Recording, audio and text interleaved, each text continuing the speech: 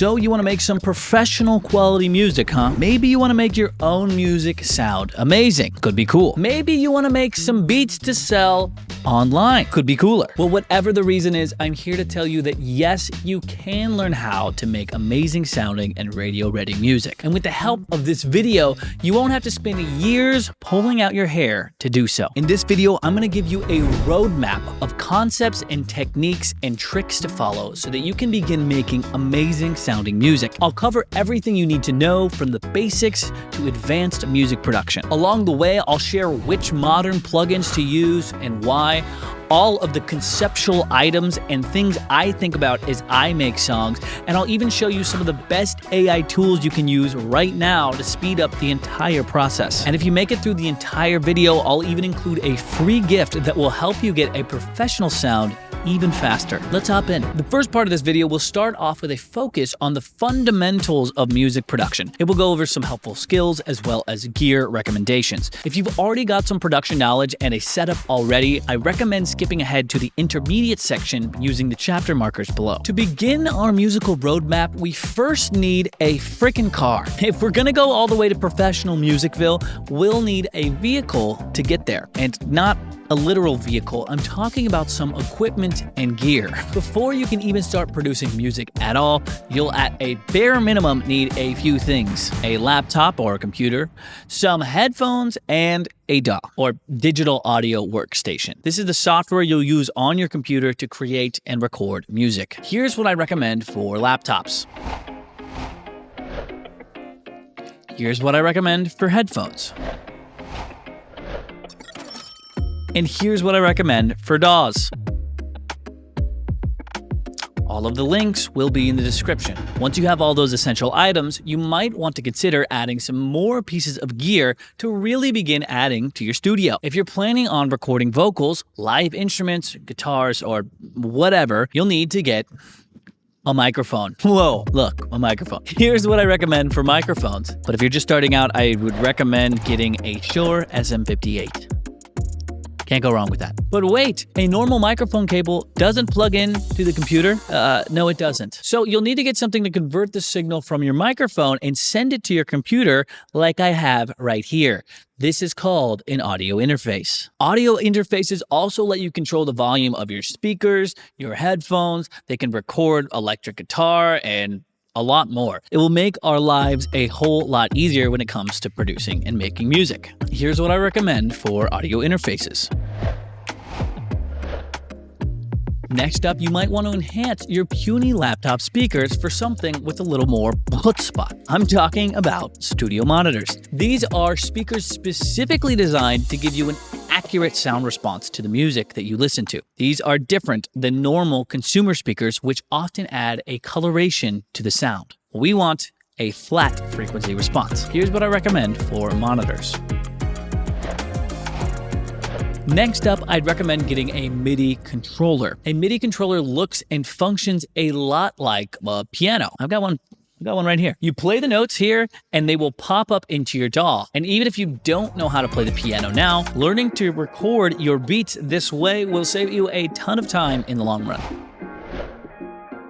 And lastly, the most important thing I see most beginners skip over is acoustic treatment. Acoustic treatment are those panels you see hanging around in most professional studios. It will give you cleaner recordings, a more accurate sounding room, and honestly, it's the biggest thing that helped take my music to make the leap from average to professional. I can't recommend it enough. Panels can be a little pricey though, and to save some dough, I'd recommend making your own. You can watch a video on how I made my own right up here. And that's really everything I'd recommend to get started. You can even get started with just the first 3 items I listed: a computer, a headphones, and a DAW. That's all you need. For now, I'd recommend staying away from the expensive plugins or shiny pieces of gear until you know why you'll actually need them.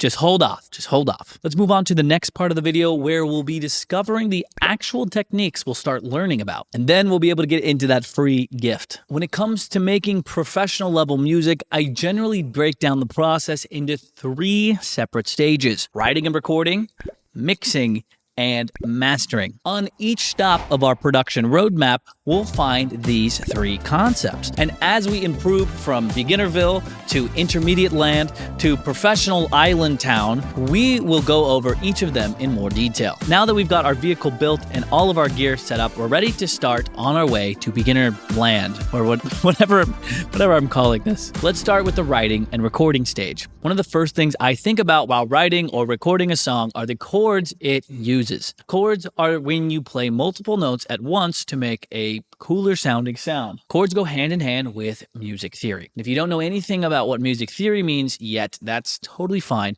You can just use C major to get started, which only uses the white keys on the keyboard. You can type in a quick Google search, chords in the scale of C major, and then you can just arrange them together back to back, and voila, you've got a bunch of chord progressions. That can get you started. Once you have some chords, it'll be time to think about kind of the structure of your song in general. A song really isn't just a random mashup of sounds, it's a story. It changes over time. For beginners, I recommend sticking to a very classic structure. Verse, chorus, verse 2, chorus 2, bridge, chorus. Think of it like a formula for a math equation or like a movie. The verse is the setup and the chorus is the explosion where everyone dies or falls in love. I think it's much easier to follow a song when it has a logical sequence of events that takes you through that story. Otherwise, it's about as exciting as a pet rock. And once you have a basic structure, you can start thinking about the lyrics and melody of the song. Lyrics and melody are the heart of your song. They're what people will remember. They're what people will sing in the shower. They're what showers will sing. That doesn't work. Think of your favorite song. You probably can't hum the bass line, but you sure as hell know the melody and a few lyrics. Now, I know I'm going fast through these concepts. I'll explain more when we get to the next stages of our roadmap, and it will all start to make more sense. I've also got a whole lot of other videos on my channel that talk about these concepts in more detail. This is more of a general overview. If you want more in-depth, go check out those videos. Look at what I got. Think you'll like it. And after you've got a rough outline of your song, let's talk about recording. You've really got three options when it comes to recording. You've got audio, MIDI, and samples and loops. Audio represents any recording of an actual sound, whether it be your voice, guitar, or that weird cat sound you think will make a great intro. Next up, we have MIDI. MIDI uses the piano keyboard to play virtual instruments. You can think of MIDI like painting with numbers. It's not sound itself, it's instructions for your computer to make sound. It's pretty cool. You can play a bunch of different instruments with it. And lastly, we have samples and loops. These are technically audio, but I kind of classify them as different. They are pre-recorded bits of music. They can come from old records, from sample libraries, you name it. For beginners, they can be one of the best and fastest ways to start making professional sounding music. And please remember, the quality of all three of these recordings matters a lot. If it sounds like you recorded it in your bathroom, that's because you probably did. Stop it. Or maybe it sounds cool. I don't know. So our song is recorded, and now we're on to the mixing stage. Exciting. We're moving up in the world, baby. Once you get your song recorded, it might look something like this. Mixing is the process of taking all of the recorded tracks and adjusting them to make them fit together like a glove. Mixing starts with the most obvious thing, the volume. Before you even start mixing, though, go into your audio and check that no track is clipping or going into the red, going above 0 on the scale. If that's the case, you're good to go. This is called clipping, and it results in a distorted sound that can be unpleasant to the listener. All you have to do is turn your fader down so that it doesn't happen. This is called gain staging. Proper gain staging keeps everything balanced so you don't go deaf or end up with a distortion that sounds like it was recorded on a potato. Gain staging can get more complex than that, but for beginners, this is enough. Another beginning mixing tip that has plagued me for years was not understanding one thing. If your track sounds like a train wreck, no amount of plugins will save it. I used to think that my mixing skills could fix a bad song, but now I know that that's not how it works. If I had focused on just improving my songwriting skills or my arrangement or even the quality of my recordings, I would have gotten a professional sound way faster. Damn it. Oh, and one more thing before diving into your mixing plugins. Those stock plugins you have, they're fine. Yes, there's some cool AI plugins and fancy pants other plugins you can get on that we'll talk about later. But for now, stock plugins will get the job done, no problem. And now we're ready to take a look at each plugin in a little more detail. Let's start with the popular kid at the middle school dance, the EQ. EQ, or equalization, is the plugin we use to boost or cut different parts of the frequency spectrum. You can give more sound to the bass, you can give more sound to the treble, less in the mid-range, etc., etc. In a good mix, you can hear every element. I use EQ to help carve out space to help hear things better. It's kind of like giving every sound its own little apartment in your mix. You're giving each instrument its own space so they live in harmony in the same building. Let's look at a real example. The kick and the bass. I'll solo the drums and the bass of this song. They both take up the low end of the frequency spectrum and often create a lot of muddiness with each other. To help with that, I'll create a pocket of EQ on the bass and a pocket of EQ on the drums. I can cut one part of my kick here and boost the opposite on the bass, and you'll hear that they'll start molding together a little bit better. Check it out with and without. This same concept can be applied to all of the instruments in your mix. The vocal doesn't need to hang out where the kick drum lives, and the guitar doesn't need to crash the bass line's party. Use EQ to clean things up and make room. Think of it as audio feng shui. Let's move on to compression. Compression is another helpful friend to have in the game of music production. Compression will take the loudest sound and turn it down to be more similar to the quiet sounds. This results in a consistently loud waveform overall. The difference in the volume of a track is called dynamics. A dynamic track will have a big difference between the peaks and the valleys of the waveform itself, while a compressed track won't. The knobs of the compressor can be a little confusing as well. But if you're just starting out, I'm recommend going into your DAW's presets and clicking on the instrument that you're working with and using one of the pre-made selections. This will dial in some of the most important settings already, like the ratio, the attack, and the release. As we move along the roadmap, we'll be covering what those actually do. And once you have the preset selected, all you have to do is adjust the threshold down so that some compression actually starts happening. You can see it being affected by this little needle here. I would say generally I'm sticking to around -5 to -10 dBs of gain reduction, which happens to be right in this little area here. Keep in mind that that really depends on the sound I'm going for and the sound that I'm actually affecting. But if you need a guide, there you go. But also be careful. You don't want to overdo it. I find that when I compress everything too much, I can suck the energy and life out of a raw vocal, like a Dementor or something. The trick is to make every element audible without anything overpowering the rest. This is especially important on vocals. Now, moving on to adding depth. Even though you're making music and not arranging a school 3D diorama, you still need to understand how to add depth to your art. You can make your music more alive, and for lack of a better word here, three-dimensional by adding reverb, delay, or panning. Reverb is how you make your mix sound like it's in a real space. It's the literal reflections that bounce off the walls and come back to your ears that make a sound feel huge. The more reverb you add to a sound, the farther back in the mix it will be perceived. Alternatively, you can add delay. Delay does something similar, but instead of creating space, it adds an echo of the original sound. This pushes further things back in the mix, like reverb, but it also tends to keep things a bit less muddy in the mix. And lastly, don't forget panning. This is where you decide if a sound goes in the left ear or the right ear or smack dab in the middle. The more you pan an object, the less it will be perceived as front and center. I also made a cool ass 3D graph of these concepts I just talked about. You can check out right up here. But that's not all, folks. We've got a whole lot more gadgets and gizmos to throw on your music to change your sound. I've really just scratched the surface. Here are 2 more plugins I find myself using a ton. The first is pitch correction. Unless you're intentionally going for that bad karaoke vibe, pitch correction is your friend. It doesn't mean that your singing sucks. It just helps to polish things up and make them sound even better. I use it all the time. And with modern pitch correction plugins, you can hardly even tell it's being used in the first place. I'll share my favorite plugins for pitch correction at the end of this video. Oh yeah. The next plugin I find myself using all the time is saturation. Saturation is a type of subtle distortion that adds a bit of grittiness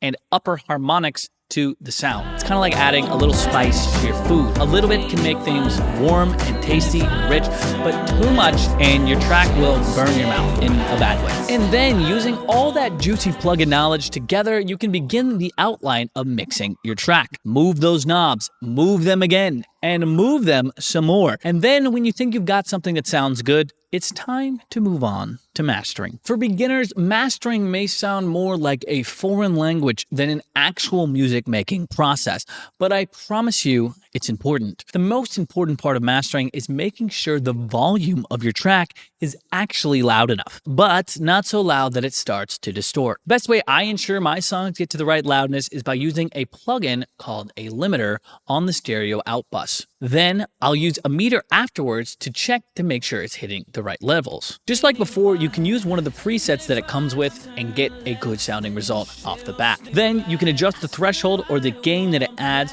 until you're getting an LUFS that is appropriate. I normally aim for around -10 LUFS. As long as it sounds good and doesn't distort, that's really what we're looking for. If you limit it too much, you'll have what I like to call an audio pancake. We do not want an audio pancake. The goal is to get this to the industry standard loudness without squashing it down like this, which is usually why -10 is a good place to shoot for. I do say -10 is a good standard to shoot for, but it does depend on the genre that you're working with. Genres like pop and EDM are heavily compressed and have very loud mixes, even more than -10, -8, -7. Whereas a dynamic mix like jazz might be something closer to -14, -15 LUFS. For beginners, that would be my main recommendation for mastering. If you get to this stage and you find your bass line still sounds whack, then go back and fix it from an individual track level. Don't try to fix it in the master yet. We'll save those kind of jobs for the intermediate producer. So you've graduated from the beginning concepts of music production. Awesome job,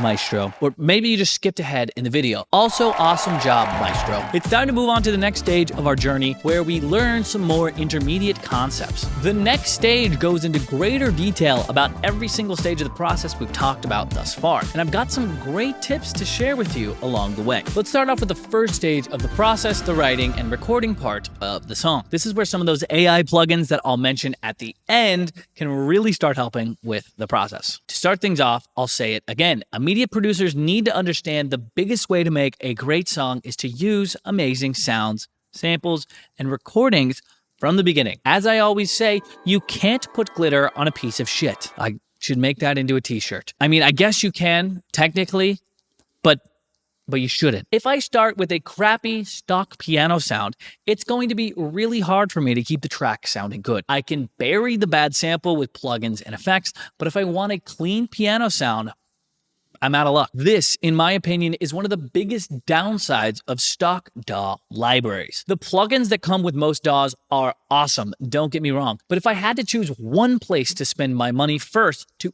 up my production game, it would be by investing in better sounding sample libraries and virtual instruments. And once again, to keep things neat and tidy, I'll save all of the libraries, virtual instruments, and plugins I use at the end of the video. This glittery shit metaphor also works for every part of the songwriting process. If I get a hodgepodge lyrical mess with no apparent direction of a song structure, I'm not going to be able to make it sound good. It's going to be really difficult. But if I started with the bones of, I don't know, Hey Jude, I could probably record it on my iPhone and get people to listen to it. Notice the song structure in Hey Jude. There's an obvious verse, a bridge, and chorus. The listener goes on an emotional journey with highs and lows that keeps things interesting throughout the entire song. One way I got better at this in my own music was by taking my favorite songs and then copying the structure they use. Easy peasy. Also notice the melody and lyrics of Hey Jude. The melody isn't anything crazy complex. It's pretty simple. It's got a lot of room to breathe, which is a great strategy for writing melodies. The best melodies don't just speak in the notes that they play,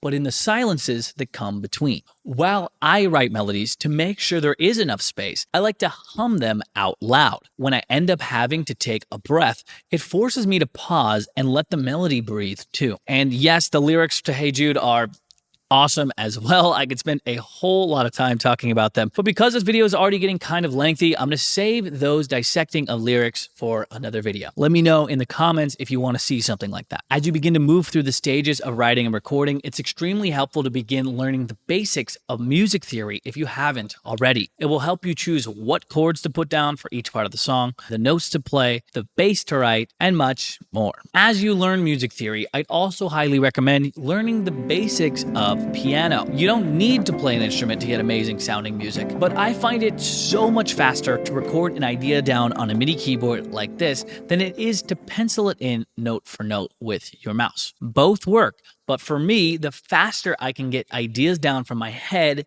into my DAW, the more time I can focus on making music. And if you're struggling with music theory or writing lyrics, there are actually some really cool AI tools that can help you do both. So after you got a solid song, my intermediate apprentice, it's time to focus on mixing. Mixing is still all about the volume of the tracks. If you think about it, EQ changes the volume of different parts of the frequency spectrum. Compression changes the volume to be more dynamically consistent. Volume is still the biggest factor. But let's dive into each plugin I talked about before and give more detailed and intermediate advice that will help you make great tracks. Here are some things that I think about while I EQ. I high pass most things I use except my kick and my bass. Even if you don't see any frequencies on the analyzer, there are low frequency rumbles and a lot of other sounds. For most instruments, I get rid of that low end until it starts to affect the sound itself. This leaves space for the bass and kick to shine through.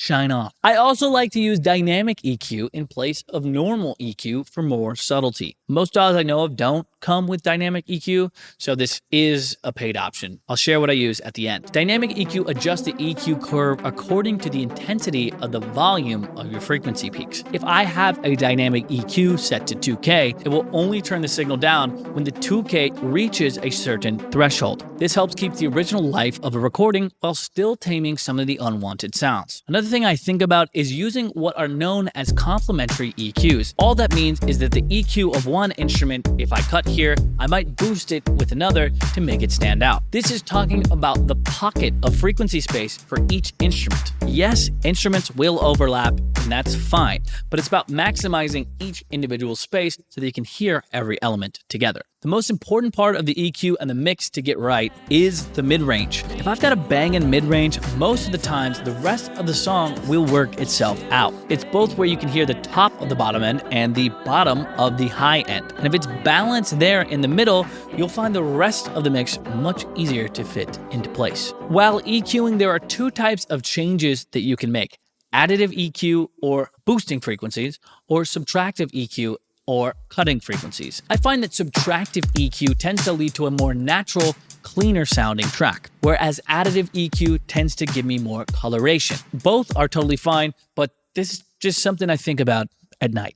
And lastly, occasionally I will get a recording with some nasty room modes. Room modes are buildups of frequency that happen because of the shape of the room itself. They normally occur in the high mids and the high end of the sound, and they can be really unpleasant. To help tame them, I'll boost an EQ curve with a high Q so that it's narrow, and I'll sweep across the high end until that terrible sound is found. Then I'll reverse that EQ to get rid of that awful sounding frequency. All it really takes is a light touch. It's much better than a heavy hand. If you get too many of these EQ curves set up, the original sound will lose a lot of its life. And there are some of the techniques I use all the time for a more intermediate EQ experience. Wowza. Let's keep things moving with my techniques for intermediate compression. We're almost to the free gift. Let's talk about some of the strategies I use for compression. Intermediately. Getting better with compression means actually learning the knobs and settings that you can change to affect the sound. The ratio is how much the signal gets turned down. I recommend starting with around 4:1 for most instruments, and then you can experiment from there.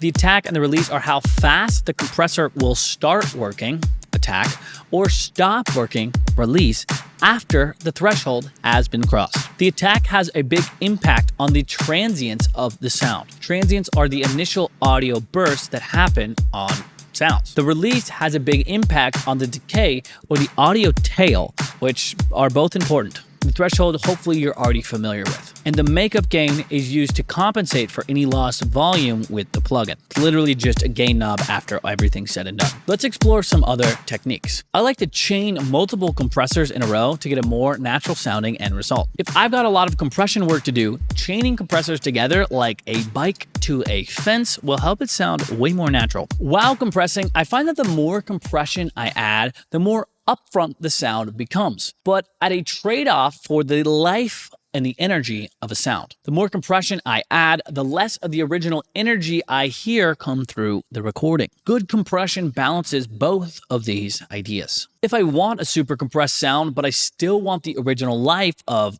a drum kit, for example, I'll use something called parallel compression to help. Most modern compressors have a mix knob that you can adjust to taste. The mix knob will mix in the compressed signal with the original unaffected dry signal. It'll give you the best of both worlds. And lastly, it wouldn't be fair for me to talk about compression without touching on one of my favorite mixing techniques in general, called sidechain. Sidechain compression takes the input of one audio signal and uses it as a signal to compress another. In other words, if I set up my bass compressor with a sidechain and point it towards the kick drum, every time the kick drum plays, I can turn down the bass. Hopefully, you can see why that might be helpful. I use it all the time to help fit in my instruments together like Legos. Let's dive deeper and get into talking about some depth. See what I did there? Depth for an intermediate producer works the same. Adding more reverb, delay, and panning will vary the three-dimensional soundscape for your listener.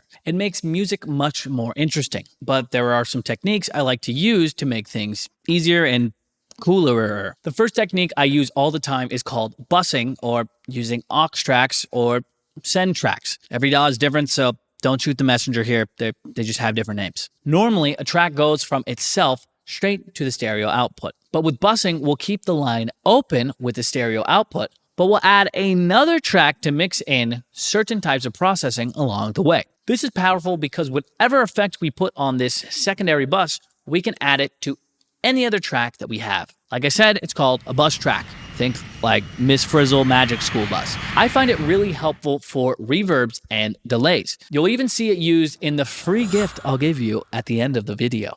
Ooh, instead of taking the time to put a reverb or delay on every individual track, you can just send them to the bus track. On bus tracks, I also tend to add more plugins for more control, specifically EQ. This just lets me control the sound reverb, in this case, or delay, even more. Another concept that skyrocketed my mixes is the concept of double tracking. Double tracking involves recording the same part 2 times. This could be a guitar, a vocal, or whatever. Then you can take those 2 recordings, pan one left, pan one right, and this gives the song a whole lot more depth without sacrificing the middle of the mix as much. The difference between 2 voices pan left and right versus just 1 pan center is ridiculous, I'm telling you. And yes, you have to record it twice, 2 separate takes. Dragging and dropping the same performance on a different track won't work. The differences between the recordings and the takes are what makes it sound crazy wide in the first place. Woo! Let's take this train to another part of the production station and talk about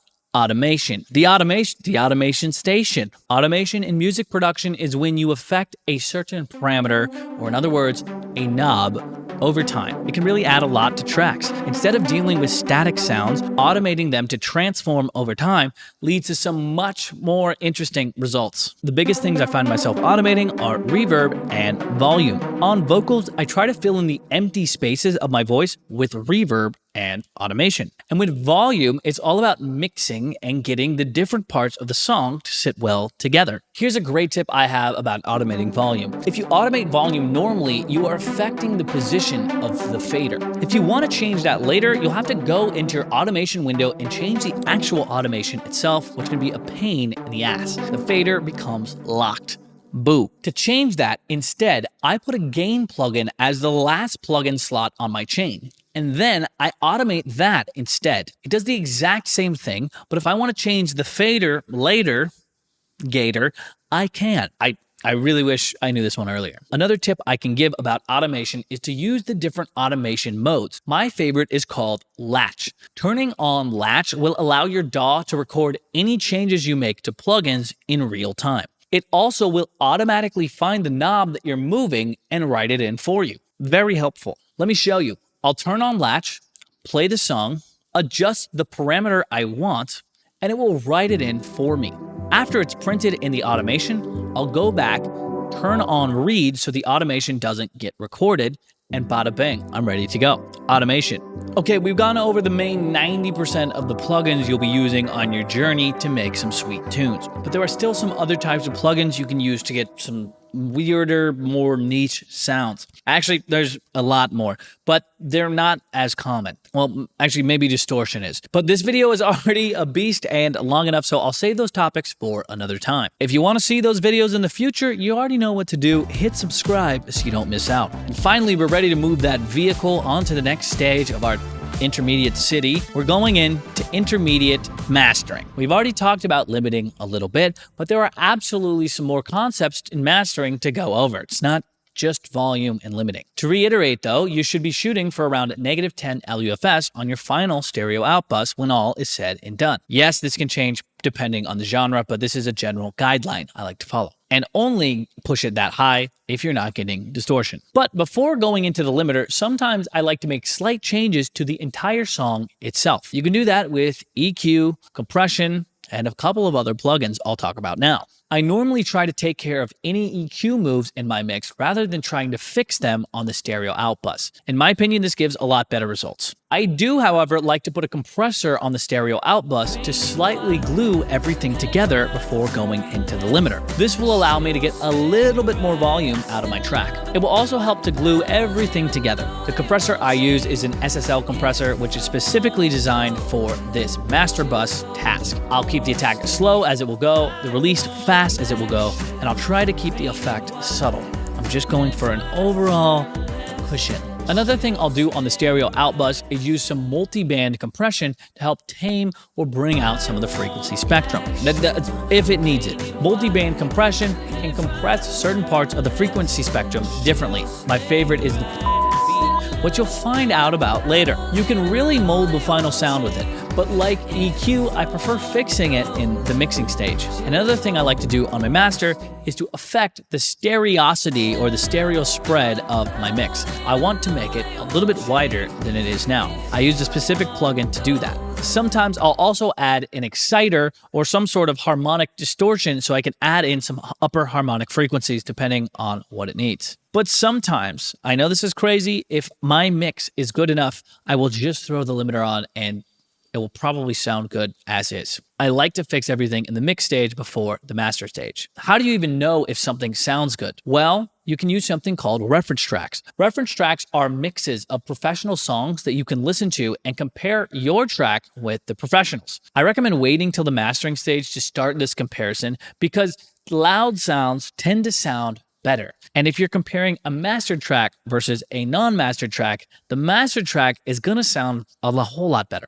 It just probably will. So after you master your track, after it's loud enough, you'll have a much clearer comparison to go from. A good reference track shows me where my mix is lacking and what I can do to fix it. It is very helpful. Scratch that, extremely helpful. There's even a few plugins that I like to use to make this whole process a bunch easier that can automatically match up the volumes, even with mastering. And don't worry, I'll talk about those at the end of our production journey. We're almost there, people. We're almost there. If you practice long enough, eventually you'll find yourself out of intermediate land and on the way to advanced production city. Congratulations. But now, unfortunately, comes the hardest and longest part about producing music, the climb from intermediate to advanced. The trek from average to wow, that sounds really good. It's a long one, but if you put the time in to get there, the rewards are unlike anything else you'll encounter. Here are some techniques that I use that I would consider a bit more advanced. Or to be honest, that maybe they're not as advanced, but I just didn't have room for them in the intermediate section. You can think of them on the journey, on the path. The first one is to mix in mono. A clear mix in mono will equal an amazing mix in stereo. Limit your sound choices in mono, and when you put it in stereo, your mind is gonna be blown. The next is don't solo instruments. You'll never hear a final song with just one instrument, so stop soloing yours. I used to spend hours soloing and unsoloing instruments to make sure they each sounded good on their own, only to find that when I played the entire track together, something just didn't fit, didn't sound right. That's because I was focusing on the minor details of individual instruments and not looking at the entire picture itself. Don't be like me, learn from my mistakes. Next up would be to use instrument buses to aid in the mixing process. Whenever I'm dealing with a ton of tracks on a song, instead of spending the time adding compression or EQ to every individual track, I often will make a bus of the similar sounding instruments, for example, background voices, and process them all together. This saves me time, and it can also give you results impossible without it. You can bus all of your drum sounds together and then throw a compressor on that bus, and that sounds great. It makes big choices like that simple to do, and simple is the name of the game. One of the easiest ways to ruin a great track and recording is by doing too much. Yes, you're a producer. It's exciting to change the sounds, but sometimes simplicity is king. There is beauty in simple. You don't need compression or EQ on every single track. You don't need reverb or distortion on every guitar part. Get it right from the beginning and save yourself the trouble. You'll probably end up with better results later. As much as I've talked about them in this video, mixing and mastering are a small part of the final sound. Another tip I'd recommend is to listen to some reference tracks and try to emulate the sounds they make. The mix,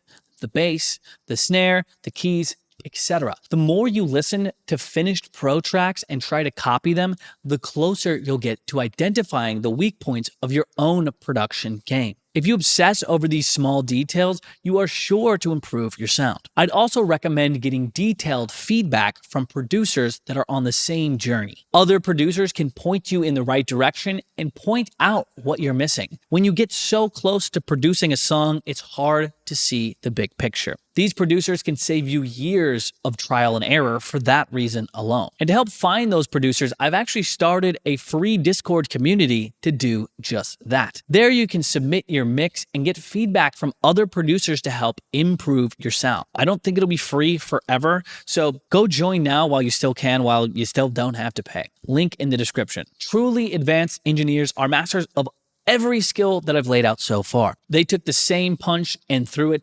10,000 times, probably more. No, there's not really a shortcut for the amount of time it takes to put in to develop your ear. The more you do it, though, the better you'll get. Ain't that the truth? Just do it. Now, as promised, we're finally into the plugins and the AI magic I found that can help you make some sweet, sweet music. Before I say these, keep in mind you don't need any of these tools at all to make good music, but they can absolutely help. We'll start off with my favorite plugins, and then we'll move into some of the AI tools I've been using and researching that are pretty promising. There's a lot to cover here, so I'm just gonna rapid fire. Starting off with FabFilter's Pro Q3. It's my favorite EQ. It's a dynamic EQ2, which is great. It's fast, it's got a very clean tone, and it's got an extremely high EQ curve possibilities, or Q value. If I'm going for more of an analog sound for EQ, I'll use an SSL EQ emulation or the Pultec EQ simulation. I like the SSL EQ for most tasks, and the Pultec is great for boosting either the low end or the high end. The brand doesn't matter so much. Any of the emulations will sound similar. I'm using Waves because they sponsored your boy. Next up, we have FabFilter's Pro Multiband. This is my go-to multi-band compressor. It's got a ton of options, it's super visual, and yeah, it's cool. It's very cool. Next up, we have FabFilter's Pro L2. This is my go-to limiter. Ton of options, very visual, and it sounds really clean. You can push it a lot without it distorting. I love that. Moving on to compressors. I do use stock compressors a lot of the time in Logic. I find them to be very good. But occasionally I'll go for the analog recreation of some compressor types I like to use. The two biggest ones being the 1176 or the LA2A. Once again, you can use any emulation you want. Most of them sound pretty similar. I use Waves. Now getting into some sounds and libraries. As I stated earlier, this is where I would spend my money if I had to spend it someplace. It is the biggest difference maker, getting good sounds from the start. Starting with Serum, my favorite synth of all time. It is super easy to visualize what's happening for synth noobs, and it comes with a ton of presets and sounds. It really sounds good. The community behind Serum 2 is huge, so you can find a bunch of other presets that go along with it. Next up would be Omnisphere. Omnisphere is my favorite sound library, period. It's got so many sounds that sound organic, unique, and it just sounds great out of the box. I use it for almost every project I work on. And now back to some more plugins. If you get those two, you're gonna be pretty good. Next up, we have the LFO tool. This is free, and I use it for side chaining and getting a pumping effect. So go download it. Next up, we have the Ozone Stereo Spreader. I touched on it in the intermediate mastering part, but this is actually the plugin I use for spreading out and widening my tracks in the master. Then we have some pitch correction plugins in Auto-Tune Pro, which is the original pitch correction, the OG, still sounds the best in my opinion, or one of the best. And then Melodyne. Melodyne is a more advanced pitch manipulator that sounds really natural, and it almost sounds like you're not using pitch correction, which can be great. And then finally, one of the best plugins I found for reference tracks is called Adapters Metric AB. This is my go-to plugin for using reference tracks. It will automatically adjust the volume so that they match, even if you don't have a track mastered yet, and it will give you a ton of tools to compare accurately. And rounding off this list is Native Instruments Guitar Rig 7. This is my current favorite guitar simulator. There are a lot of other ones out there that sound really good, but this one is easy to use, and the presets on this one sound really crunchy, really great right out of the box, and it makes it easy for getting a good sound quickly. I use it all the time. Okay, that was an abbreviated list of the plugins I use all the time. Yes, they may change in the future, but that's what I'm using right now. Now it's time for some AI tools that I found that will absolutely help you learn music production and music making faster and help aid you. First one is ChatGPT. ChatGPT is text-based, but it's one of the best AI tools I've found. You can ask it for lyric explanation. You can ask it to explain music theory. You can ask it what it recommends for music marketing. I've talked to it about so many things, and most of the advice is pretty solid. You can also use it to find synonyms, antonyms, rhymes, and much more. It's very handy. It's not amazing at writing full song lyrics. I think it sounds very AI-y, but it is a really great place for inspiration and just overall learning about music in general. Next up, we have Synths 2. This plugin recreates sounds and turns them into playable synths using AI. I don't think the sounds are exactly game-breakingly awesome, but I do think that this will get better and the plugin will continue to evolve. Keep an eye out on Synths 2. Next up, we have LaLal.ai. For those that don't have an AI stem separator in their DAW yet, this is what I used to use. Logic now has it stock, so I don't. But you can drag your song in here and it will extract the vocals from the track using AI and voodoo magic. But like I said, a lot of DAWs have already implemented this into their system, so it's not as good as it once was, but I still used to use it a ton, so I wanted to share it. Next up, we have an app called Lemonade with AI as the... Is that how you normally spell lemonade?